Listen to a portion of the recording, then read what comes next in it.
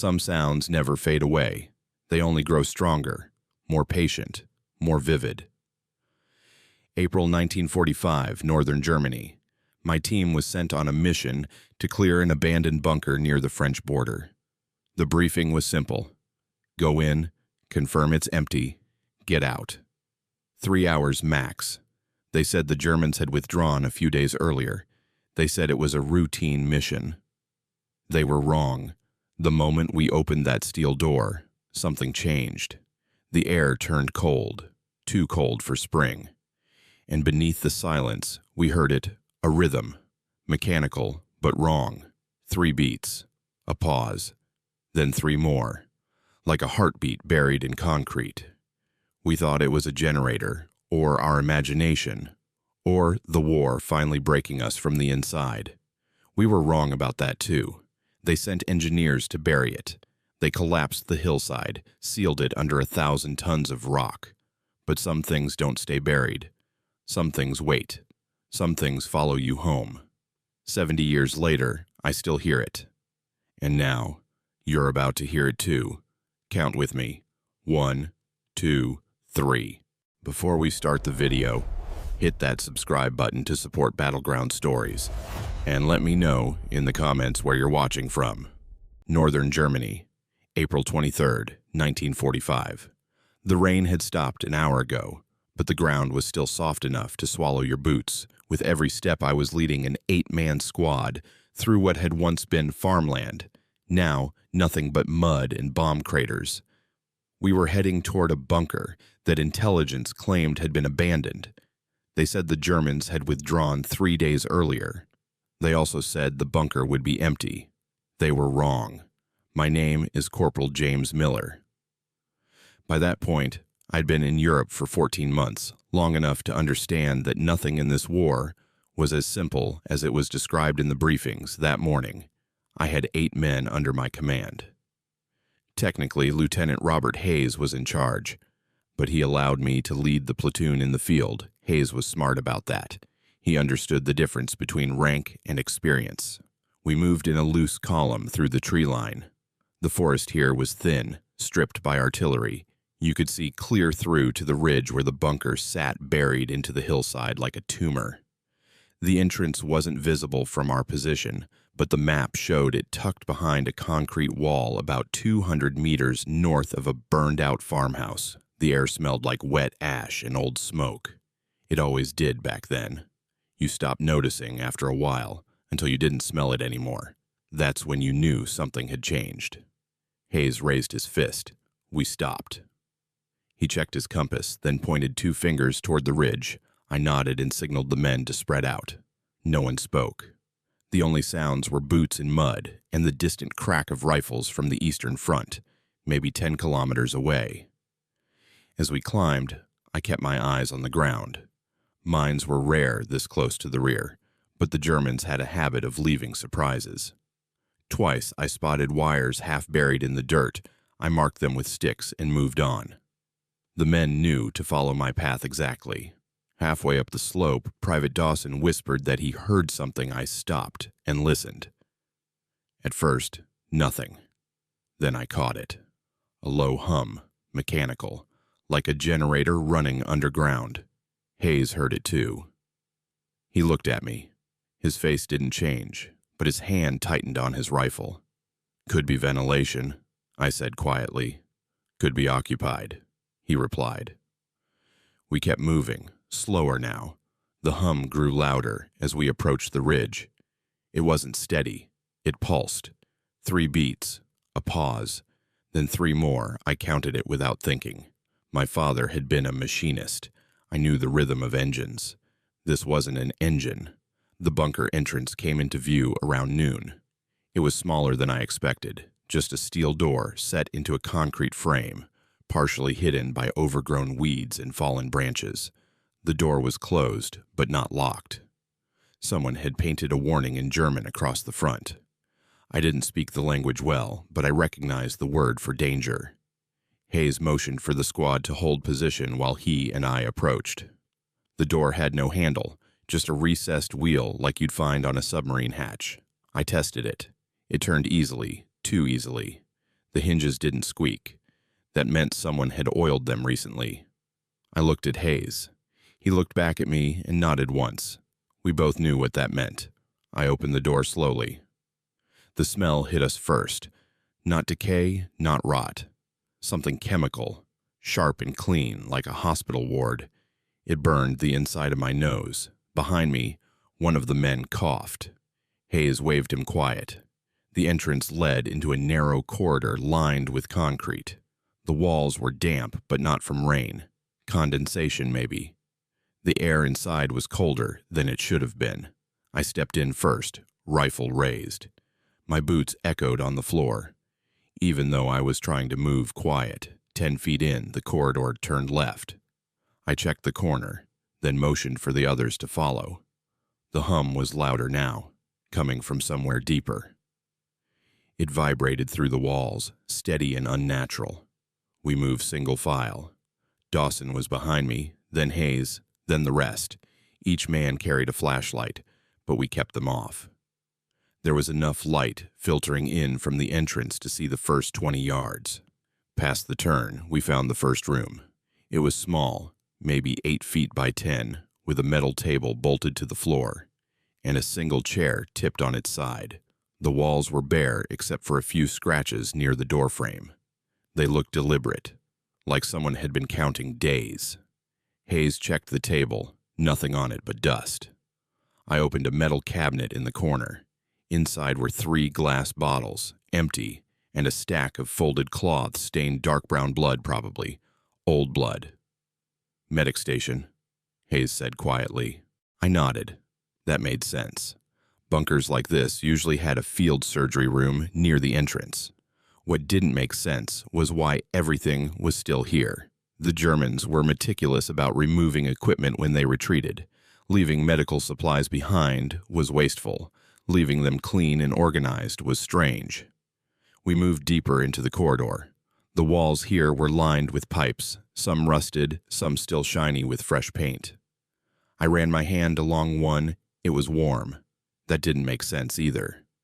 If the bunker was abandoned, there shouldn't be any heat. 50 feet in, we found the first body. He was slumped against the wall, half sitting, head tilted back. German uniform, no insignia. His face was gray, skin pulled tight like leather. No wounds I could see, no blood. He looked like he'd just sat down and stopped breathing. Dawson swore under his breath. Hayes crouched beside the body and checked the pockets. Nothing. No papers, no dog tags, no identification. The man's rifle lay across his lap, fully loaded. "He didn't fire a shot," I said. Hayes stood and looked down the corridor. Neither did anyone else. That's when I noticed the silence. The hum had stopped. I hadn't realized it until it was gone. But now the absence of it felt heavier than the sound itself. We stood there for a moment, listening. Nothing moved. No wind, no drips, no footsteps. Just the faint echo of our own breathing. Hayes made the call to press forward. We had orders to secure the bunker and determine if it was safe for occupation. Turning back now would mean coming back later with more men, and no one wanted to do this twice. The corridor branched into 3 directions: left, right, and straight. Hayes checked the map, but the layout didn't match. The map showed 2 levels and a central command room. What we were seeing looked more like a maze.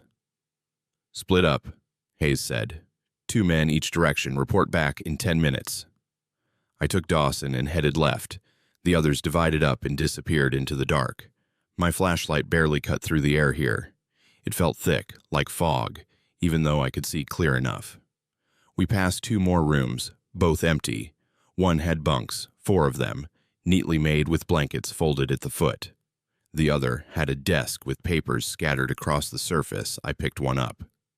It was a supply requisition form dated April 18th, 5 days ago. That meant the Germans had been here recently, maybe even yesterday. Dawson pointed to something on the floor. Boot prints, fresh ones. The mud hadn't dried yet. "We need to go back," he whispered. I agreed, but before we could turn around, the hum started again, louder this time. It came from the walls, from the floor, from everywhere at once. The papers on the desk trembled. The light bulb overhead, which I hadn't noticed before, flickered once and went out. Then we heard the footsteps. They were slow, deliberate, coming from the corridor behind us. Not running, just walking, steady and even, like someone on patrol. Dawson raised his rifle, hands shaking. I put a hand on his shoulder and shook my head. We needed to see who it was first. The footsteps stopped just outside the doorway. I could see a shadow stretching across the floor, tall and thin. Then a voice spoke in German. I didn't understand the words, but the tone was clear. It was a question. I didn't answer. Neither did Dawson. The shadow shifted, and a figure stepped into the doorway. It was another German soldier, older than the dead one, with a face lined and tired. He looked at us without surprise, like he'd been expecting us. He didn't raise his weapon. He just stared, eyes flat and empty. Then he spoke again, softer this time. I caught one word. Gehen. Leave. He turned and walked back into the corridor. His footsteps faded, and the hum dropped to a low pulse again. 3 beats. Pause. 3 beats. Dawson looked at me, pale and shaking. What the hell was that? I didn't answer. I didn't have one. We found Hayes and the others back at the entrance 10 minutes later. No one had seen the German soldier. No one had heard footsteps except us.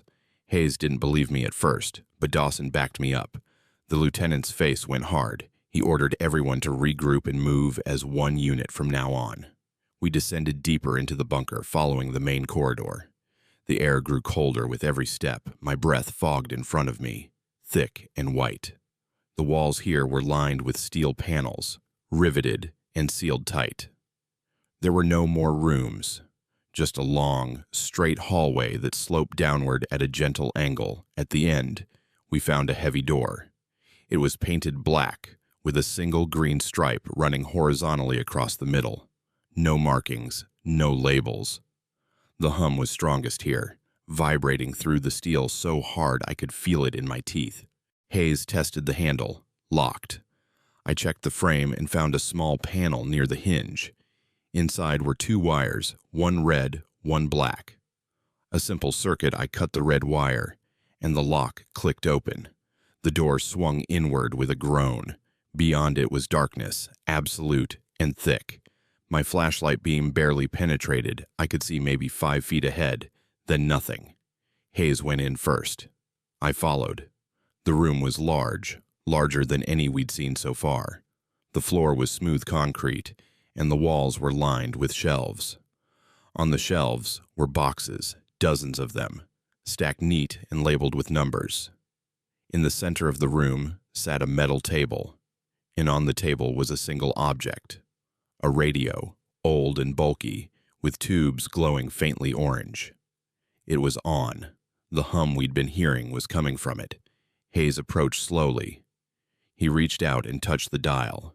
The hum shifted, rising in pitch, then falling again. 3 beats. Pause. 3 beats.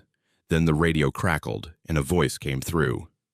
It was faint, distorted, but clear enough to understand. It spoke in English. Leave now.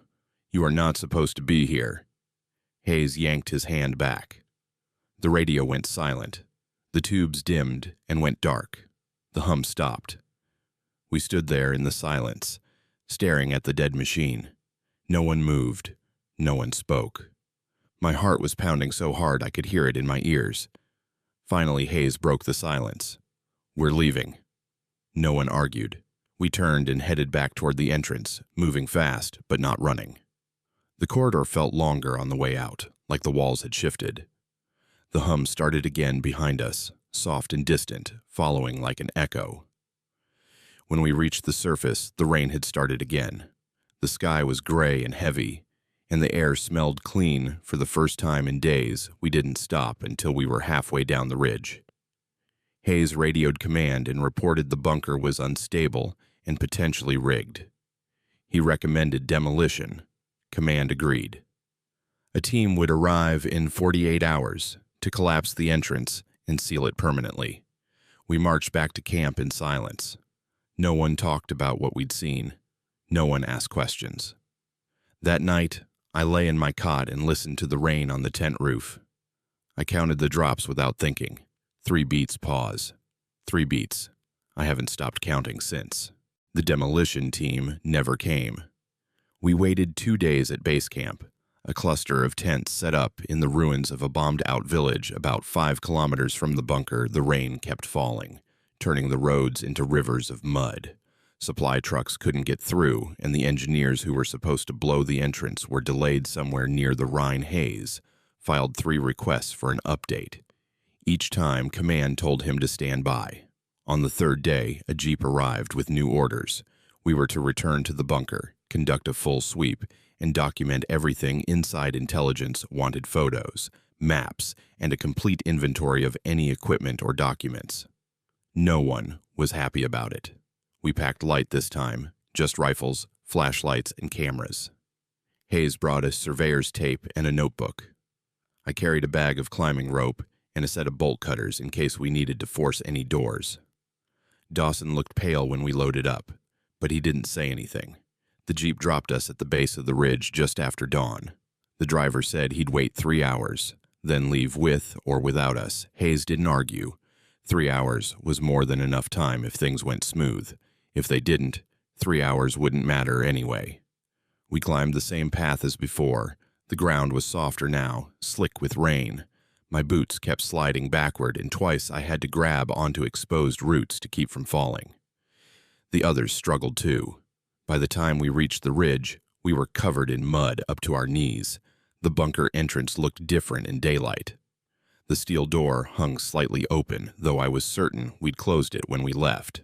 The weeds around the frame had been trampled flat, and there were fresh boot prints in the mud leading inside. Someone had been here. Hayes checked the prints. "German issue," he said quietly. "Recent. Maybe last night." I looked at the door. The wheel lock was turned halfway, like someone had started to close it and changed their mind, or like they'd been interrupted. We entered slowly, weapons raised. The corridor was darker than before. Even with the morning light behind us, my flashlight beam cut through the shadows. But the air felt heavier, thicker.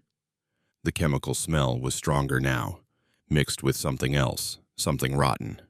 The first room, the one with the medical supplies, was empty. The bottles and cloths were gone. The cabinet door hung open, and the floor was streaked with dark smears that hadn't been there before. I crouched and touched one. It was tacky, still wet. Blood. Dawson pointed to the wall. Someone had scratched new marks into the concrete beside the door, 15 vertical lines, grouped in sets of 5. A count.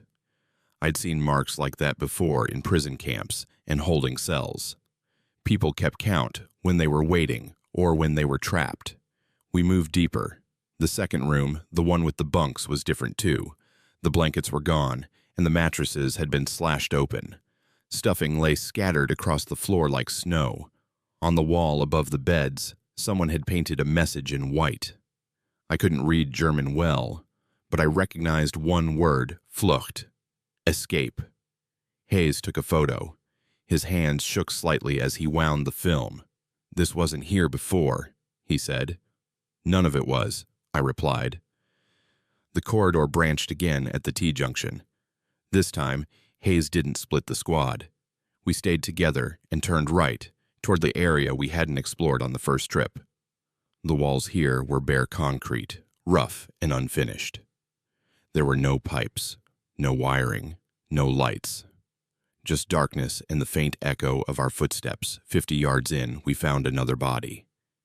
This one was fresh. A German soldier, maybe 20 years old, lying face down in the center of the corridor. His uniform was torn, and his hands were scraped raw, like he'd been clawing at something.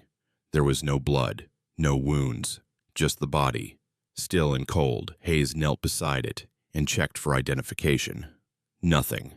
No papers, no tags. He rolled the body over, and we all stepped back. The man's face was frozen in an expression of pure terror. His eyes were open, wide and glassy, staring at nothing. His mouth hung open like he'd been screaming. Dawson turned away and vomited against the wall. I forced myself to look closer. The man's hands were clenched into fists, fingernails broken and bloody. He'd been running from something. Or trying to. Hayes checked the man's rifle. It was empty. All 6 rounds fired, but there were no casings on the ground. That meant he'd fired somewhere else, and then come here. What was he shooting at? One of the men whispered. No one answered. We kept moving. The corridor sloped downward again, steeper this time. The air grew colder with every step, and my breath came out in thick white clouds. The walls began to glisten with frost, even though we were underground. That shouldn't have been possible. At the bottom, we found a door. Not steel this time, but wood. Old, heavy wood, warped and cracked with age. It looked wrong here, out of place, like it had been taken from somewhere else and installed as an afterthought. There was no lock, just a simple iron latch. Hayes reached for it, then hesitated. He looked at me. I nodded. He lifted the latch and pushed the door open. The room beyond was massive, easily 100 feet across, with a ceiling that disappeared into shadow. The floor was smooth stone, worn down by centuries of footsteps. In the center stood a circular pit, maybe 20 feet in diameter, ringed by a low wall of crumbling brick. The hum started again. It came from the pit, rising up like heat from a furnace. 3 beats, a pause, then 3 more. The rhythm was perfect, mechanical. But there was something organic about it, too. It sounded alive. Hayes approached the pit slowly. I followed, keeping my rifle ready. The others hung back near the door, eyes wide. When we reached the edge, I looked down. The pit was deep. My flashlight couldn't reach the bottom. All I could see was darkness and, far below, a faint orange glow that pulsed in time with the hum. The walls of the pit were lined with metal plates, riveted together like the hull of a ship. They were covered in symbols, carved or stamped, repeating in patterns I didn't recognize. "This isn't a bunker," Hayes said quietly. "This is something else." I agreed. Bunkers were built for soldiers, for defense. This place was built for something older, something that had been here long before the war. The hum grew louder. The glow at the bottom of the pit brightened, and the air around us began to vibrate. I felt it in my chest, in my bones. Like standing too close to an artillery barrage, the symbols on the walls seemed to move, shifting and writhing in the flickering light. Then the radio crackled. I spun around. There, in the corner of the room, half hidden in shadow, was the same radio we'd seen before. The tubes glowed orange, and static hissed from the speaker.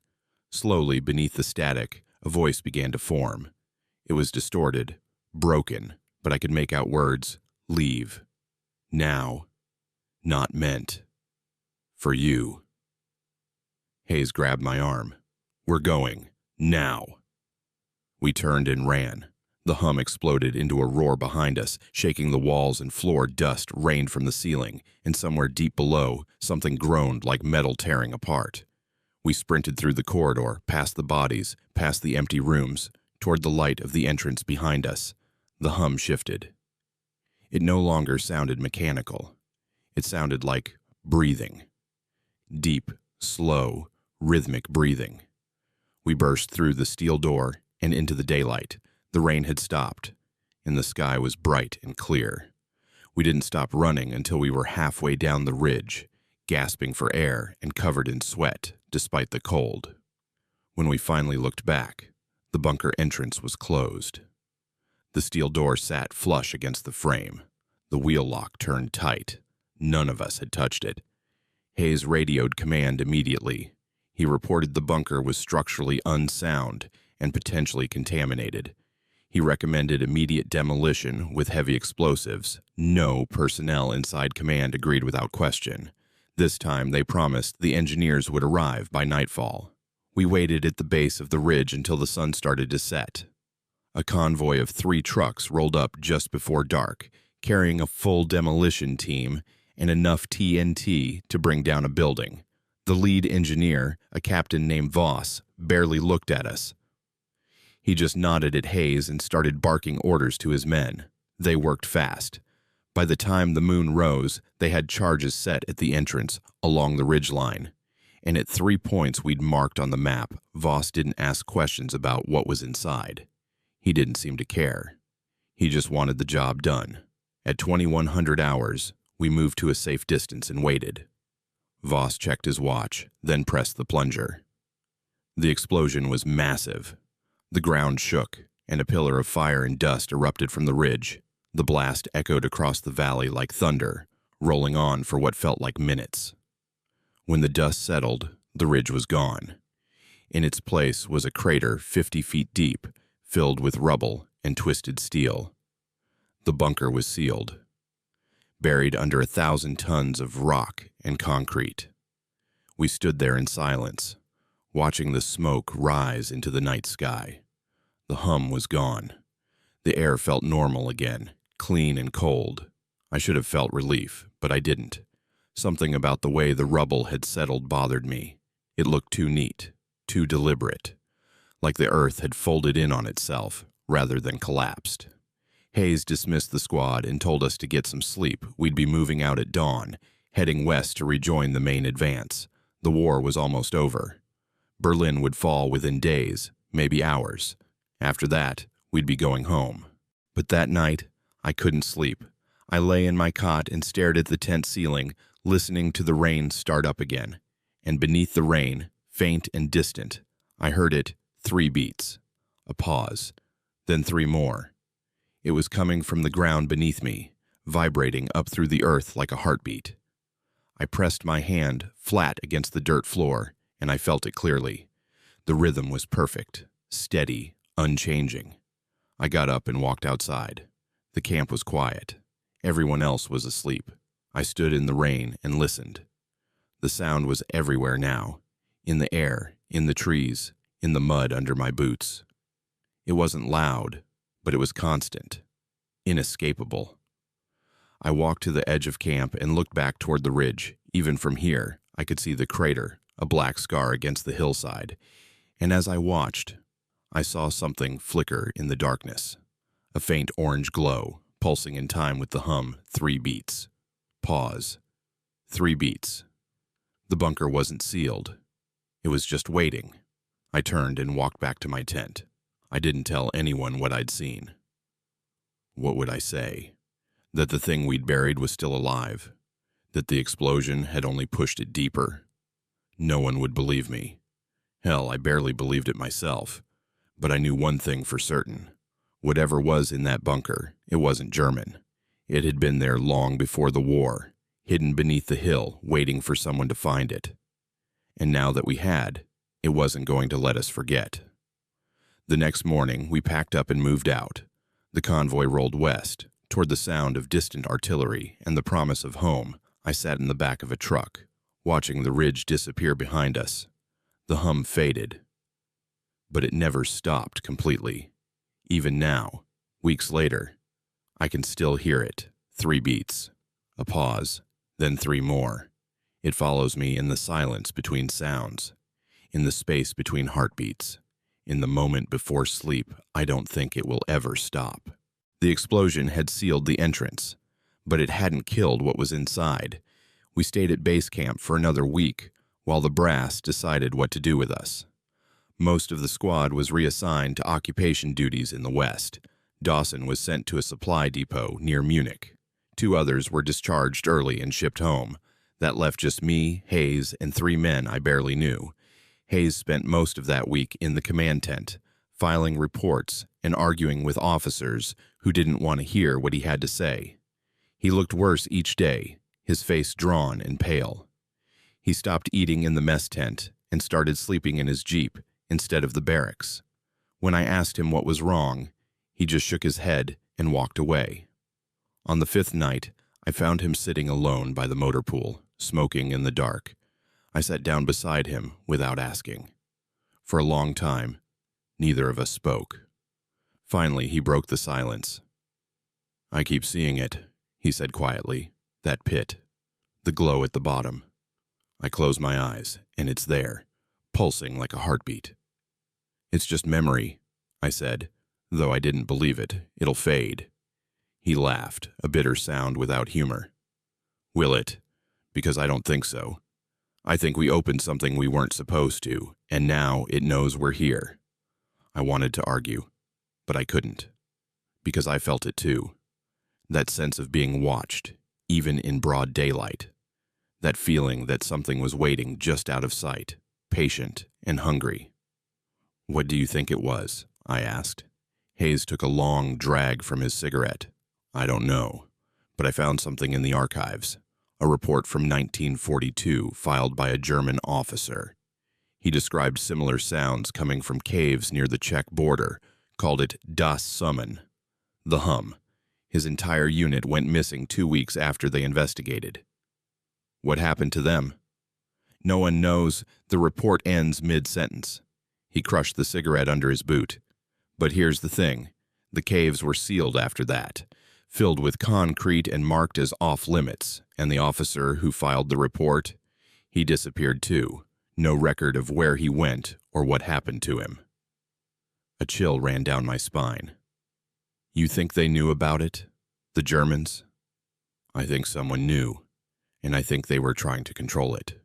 Use it somehow." He looked at me, his eyes reflecting the distant firelight. "That's why the bunker was there. Not to store supplies or protect soldiers, it was there to contain something. Then we let it out." Hayes nodded slowly. "Yeah, we did." The next morning, orders came down. Hayes and I were being sent back to the ridge, not to the bunker itself, but to survey the surrounding area and ensure the demolition had been complete. It was supposed to be a routine check, in and out in a few hours. We both knew it was more than that. We drove out at dawn in Hayes's Jeep, just the two of us. The roads were empty, the countryside quiet. The war was winding down, and most of the fighting had moved east.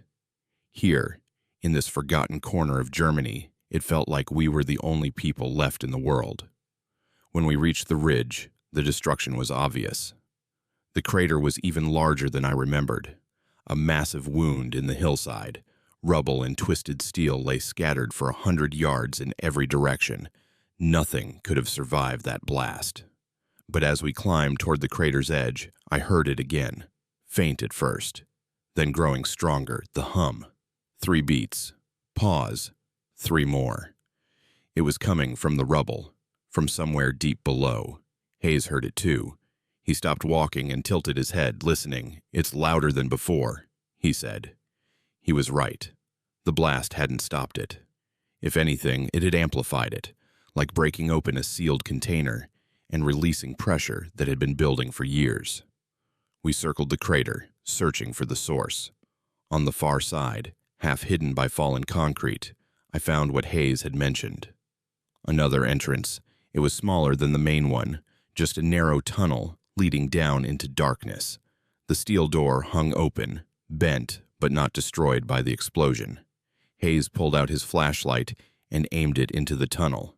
The beam disappeared into shadow after just a few feet. "We should report this," he said. But his voice lacked conviction. "We should," I agreed. But neither of us moved. The hum grew louder, resonating through the ground beneath our feet. I could feel it in my chest, in my teeth, in the bones of my skull. It wasn't just a sound anymore. It was a presence, alive and aware. Hayes took a step toward the entrance. 5 minutes, he said. "We go in, take a look, and come back out, just to see if the demolition did anything." I wanted to say no. Every instinct I had screamed at me to walk away, to get in the Jeep and drive as far as possible, but I couldn't, because part of me needed to know, needed to understand what we'd found. We descended into the tunnel side by side, flashlights cutting through the dark. The walls here were rougher than in the main bunker, carved from natural stone rather than poured concrete. Water dripped from the ceiling, and the air smelled of earth and something else. Something organic and wrong. The tunnel sloped downward at a steep angle. After 50 yards, it opened into a chamber I didn't recognize from before. The walls were covered in markings, thousands of them, carved into the stone in overlapping layers. Some looked like letters, others like symbols or diagrams.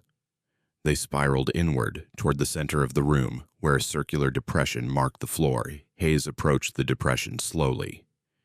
It was about 10 feet across, shallow, filled with dark water. At the bottom, barely visible through the murky surface, something glowed, faintly orange. "That's it," Hayes whispered. "That's the source." The hum was deafening now, shaking loose dust from the ceiling. The water in the depression rippled in perfect concentric circles, pulsing in time with the sound 3 beats, pause, 3 more. Over and over, eternal and mechanical. I knelt at the edge and looked closer. The glow at the bottom wasn't uniform. It moved, shifting and flowing like liquid fire. And as I watched, I realized it wasn't just light. It was something alive, something aware, pressing up against the surface of the water like a prisoner testing the bars of its cage. "We need to leave," I said, my voice shaking. "Now." But Hayes wasn't listening. He was staring at the water, transfixed. His flashlight had fallen to the ground, and his hands hung loose at his sides. His lips moved, forming words I couldn't hear over the hum. I grabbed his arm and pulled him back. He didn't resist, but he didn't snap out of it either. His eyes stayed fixed on the water, wide and glassy. I dragged him back toward the tunnel, half carrying him when he stumbled. Behind us, the hum rose to a shriek, and the glow at the bottom of the pool flared bright enough to cast our shadows on the wall. I didn't look back. I just ran. We burst out of the tunnel into daylight, gasping and covered in sweat. Hayes collapsed against the side of the Jeep, shaking. I leaned over, hands on my knees, trying to catch my breath. When I finally looked up, Hayes was staring at me. His eyes were clear again, but there was something different about them. Something hollow. "Did you see it?" he asked quietly. I saw something. "No." He shook his head. "Did you really see it? Because I did. And it saw me, too." I didn't answer. I didn't know what to say. We drove back to camp in silence. Hayes filed a brief report saying the site was secure and no further action was needed. The officers accepted it without question. 2 days later, Hayes was transferred to Berlin. I never saw him again. But that night, lying in my cot, I felt it. A presence in the darkness, patient and watchful. The hum had followed us out of the tunnel. It was in the air now, in the ground, in everything around us, and I knew, with terrible certainty, that it would never leave. 3 weeks passed before I saw Hayes again. The war ended on May 8th. Berlin fell, Hitler was dead, and the German army surrendered in pieces across Europe. We were stationed outside Frankfurt by then, processing prisoners and waiting for orders to ship home. Most of the men were celebrating, drinking whatever they could find, and talking about families they hadn't seen in years. I couldn't join them. Every night, the hum kept me awake. It had changed since we left the bunker. It was softer now, almost gentle, but it never stopped. 3 beats. Pause. 3 more. I heard it in the mess tent, in the barracks, in the rumble of truck engines. It was always there, just beneath the surface of every sound Dawson noticed first. He pulled me aside one morning and asked if I was sleeping. I lied and said yes. He didn't believe me. He said I looked like hell, that my hands shook when I held my rifle, that I kept counting under my breath. He asked if I wanted to see the medic. I said no. What could a medic do? Tell me I was shell-shocked? Give me pills that wouldn't work? The hum wasn't in my head. It was real. I could feel it in my bones. On May 15th, Hayes found me sitting outside the barracks at 2 in the morning. He didn't ask what I was doing. He just sat down beside me and lit a cigarette. We sat in silence for a long time, listening to the night. Finally, he spoke. "You hear it too, don't you?" I looked at him. His face was gaunt, eyes sunken. He looked worse than I did. "Every night," I said. He nodded slowly. I thought I was going crazy, but then I realized it's not random.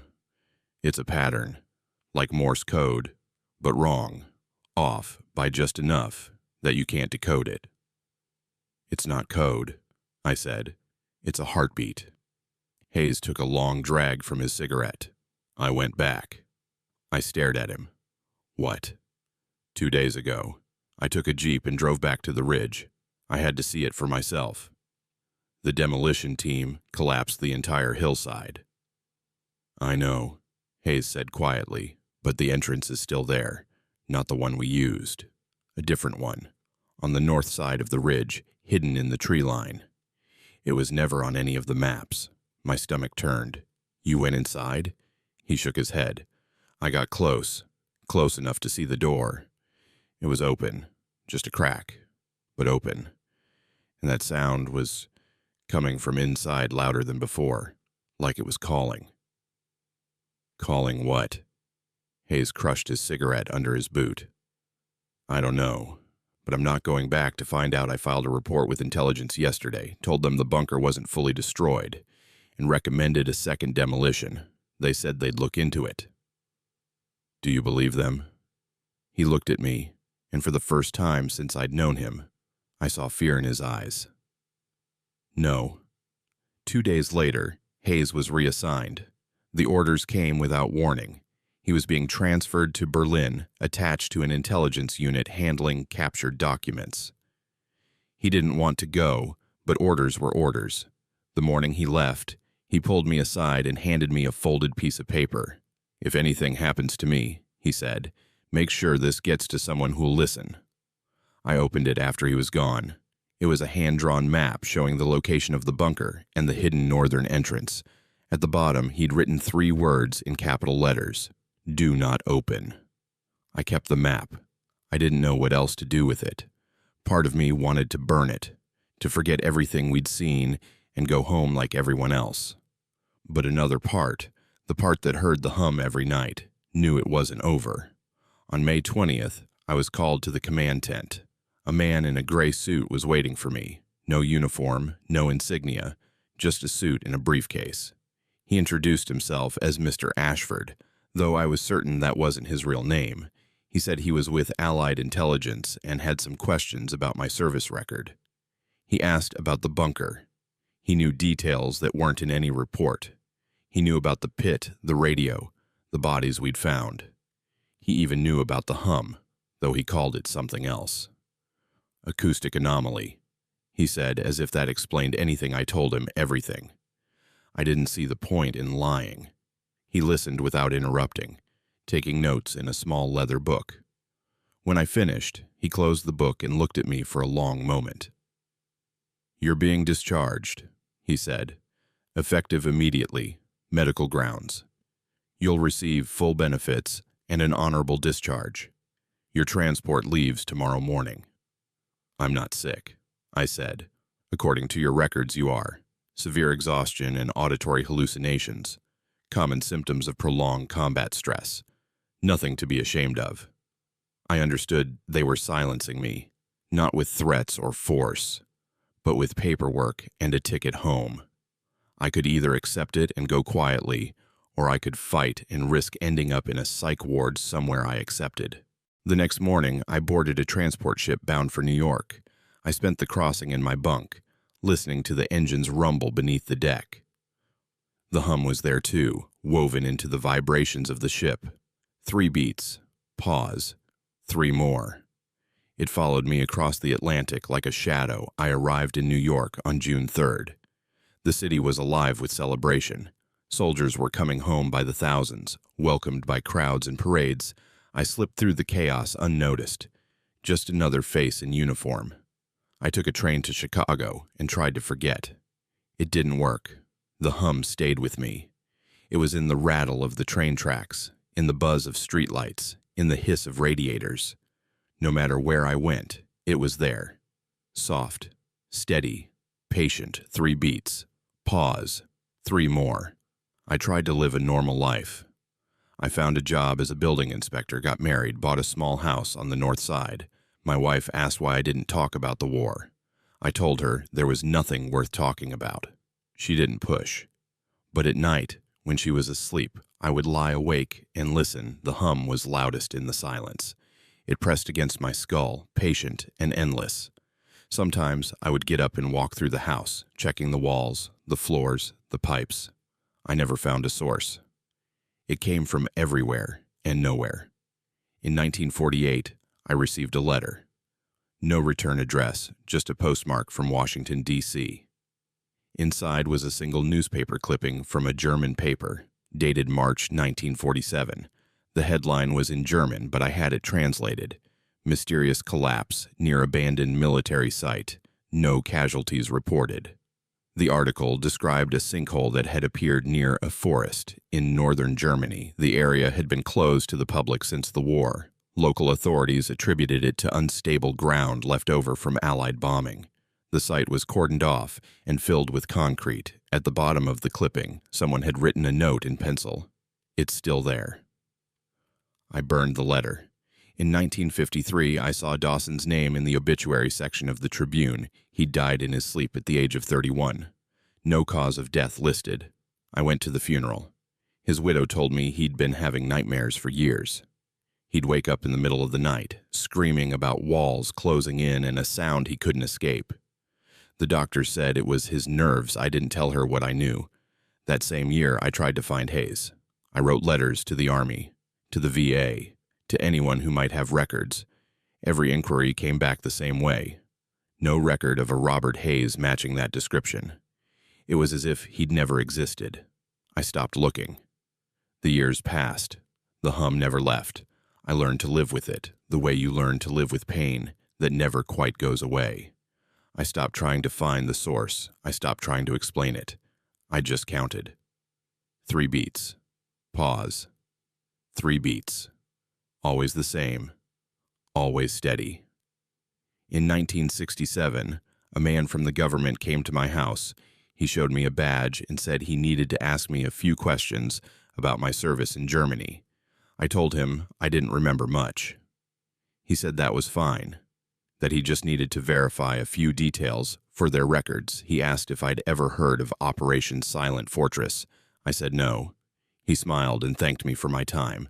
As he was leaving, he paused at the door and looked back. Just so you know, he said the site was decommissioned in 1959. Everything was removed and disposed of properly. There's nothing left. I didn't believe him. That night, I dreamed of the bunker for the first time in years. I was standing in the corridor, alone, staring at the steel door with the green stripe. The hum was so loud it shook my teeth. I reached for the handle, and the door opened on its own. Inside was the pit, but it was different now. The orange glow at the bottom had spread, climbing the walls like fire. And in the center, suspended in the air above the pit, was the radio. The tubes burned bright, and the speaker crackled with static. Then a voice came through, clear and calm. You were warned. I woke up gasping. My wife was shaking my shoulder, asking if I was all right. I told her it was just a bad dream. She went back to sleep. I got up and walked to the window. Outside, the streetlights hummed softly in the darkness. 3 beats. Pause. 3 beats. I'm an old man now. The war has been over for decades. Most of the men I served with are dead. The world has moved on, built over the ruins, and forgotten the things we buried. But I haven't forgotten. Every night I lie in bed and listen. The hum is still there, woven into the fabric of the world around me. It's in the walls, in the wiring, in the hiss of the wind through the trees. Most people don't hear it. They're too busy living their lives to notice the sound beneath the surface. But I hear it. I've always heard it. 3 beats, a pause, then 3 more, then 3. I don't know what it is. I don't know where it comes from. But I know this. We were never supposed to open that door. We were never supposed to find that place. And now that we have, it's never going to let us go. Sometimes, late at night, I think about Hayes. I wonder if he's still out there somewhere. Listening to the same sound, I wonder if he ever found answers, or if he just learned to live with the questions. I'll never know. All I know is that the hum is patient. It's been waiting for a long time, and it can wait a little longer. It doesn't need to be loud. It doesn't need to be understood. It just needs to be there, constant and unchanging until the day we finally stop listening. But we never will, because once you've heard it, really heard it, you can't unhear it. It becomes part of you. It lives in your bones, in your blood, in the rhythm of your own heartbeat. 3 beats, a pause, then 3 more. It's still there. It's always been there, and it always will be. If you're reading this, I hope you never hear it. I hope you live your whole life without knowing what I know. But if you do hear it, if you ever find yourself counting in the silence, then you'll understand. You'll understand that some things are better left buried, that some doors should never be opened, and that some sounds, once heard, can never be forgotten. The bunker is gone. The war is over. The men are dead. But the hum remains. 3 beats. Pause. 3 beats. Always waiting. Always watching. Always there. And if you listen closely, late at night when the world is quiet, you might hear it too. Count with me. 1, 2, 3. Pause. 1, 2, 3. There. Do you hear it now? Good. Because now it hears you too.